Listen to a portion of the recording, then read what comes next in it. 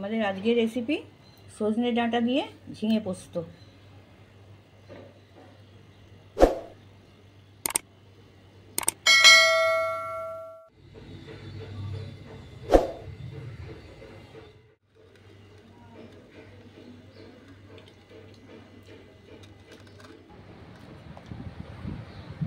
ঘুরে এর মধ্যে টান দিলেই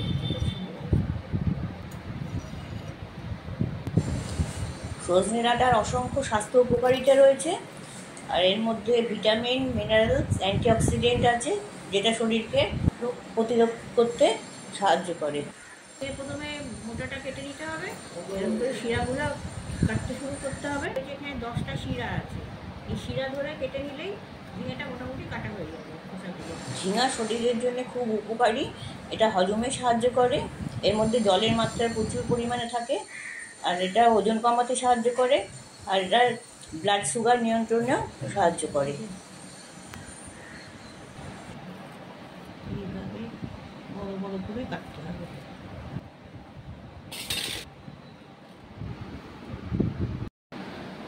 এছাড়াও লাগছে 2 টেবিল চামচ পোস্ত, 2 টেবিল চামচ সাদা তিল, আর এদিকে 2 চা চামচ সর্ষে।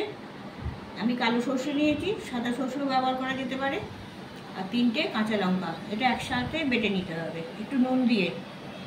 ঝিঙে পোস্ত রান্নার জন্যে ওভেনে কড়া বসিয়ে 2 টেবিল চামচ সর্ষের তেল দিয়ে দিচ্ছি। সর্ষের তেলটা গরম হয়ে গেছে, এতে 2টো কাঁচা লঙ্কা একটু চিড়ে ফোড়ন দিয়ে দিলাম, আর 1/4 চা চামচ কালো জিরে দিয়ে দিচ্ছি। ঝিঙে পোস্তটা শুধু এমনি আলু ছাড়াও ভালো হয়, কিন্তু আমি দেখানোর জন্যে একটা ছোট আলু কেটে দিয়ে দিচ্ছি। এইভাবে লম্বা লম্বা করে আলুগুলো টুকরো করে আলুগুলো আগে তেলে একটু ভেজে দিলাম। আলু ছাড়াও ঝিঙে পোস্ত রান্নাটা খুব ভালো হয়, কিন্তু বাঙালিদের তো একটু আলুটা পছন্দ বেশি, তাই যদি আলুটা দেবার হয় তাহলে এইভাবে দিয়ে দেবেন। ঝিঙেটা দিয়ে দিচ্ছি। ঝিঙেটা 2 মিনিট নাড়াচাড়া করে নেবো, আর এর মধ্যে আমি ডাঁটাটাও দিয়ে দেবো।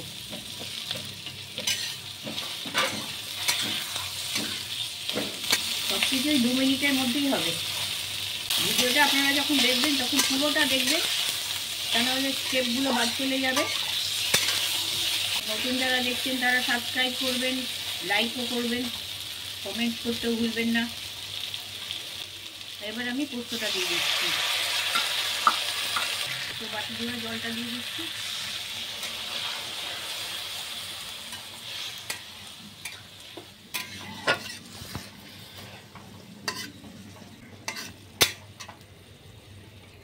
সাদা তিলটা যেটা বাটা ছিল সেটা দিয়ে দিচ্ছি। সর্ষে আর কাঁচা লঙ্কা যেটা বেটে রেখেছিলাম সামান্য একটু নুন দিয়ে সেটাও দিয়ে দিচ্ছি। 1/2 চা চামচ হলুদ গুঁড়ো দিয়ে দিচ্ছি, স্বাদ মতো নুনটা দিয়ে দিচ্ছি, মিক্স করে দিচ্ছি।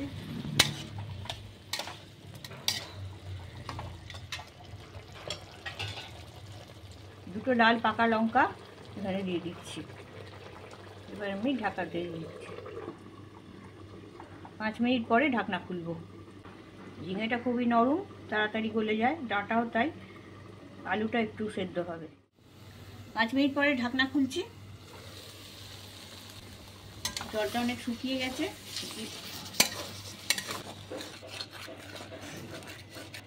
সবজিটা গলেছে কিনা একবার চেক করে নিই। আলুটা তো গলে গেছে, আর ডাঁটা ঝিঙেটা তো খুবই নরম, না দেখলেও চলবে। জল যতটা রাখবার আমি ততটা রেখে দিচ্ছি, এরপরে আর কমাবো না। আমার ঝিঙে পোস্ত রান্নাটা মোটামুটি হয়ে গেছে। এবার একটুখানি আমি সর্ষের তেল দিয়ে দিচ্ছি এর উপর থেকে, 1 টেবিল চামচ মতন দিয়ে দিচ্ছি। একটু কাঁচা সর্ষের তেল অবশ্যই দেবেন, শেষকালে খেতে ভালো লাগবে। করে দিচ্ছি। ডেসক্রিপশন বক্সে আলু পোস্ত আছে, আর তাছাড়াও পটল পোস্ত, চিচিঙ্গে পোস্ত এগুলোও আছে, সেগুলো একটু শুকনোর উপর আছে, কিন্তু এটা একটু গ্রেভি থাকবে, তাহলে খেতে এটা ভালো লাগবে। গরম ভাতের সাথে এটা খেতে খুবই ভালো লাগবে।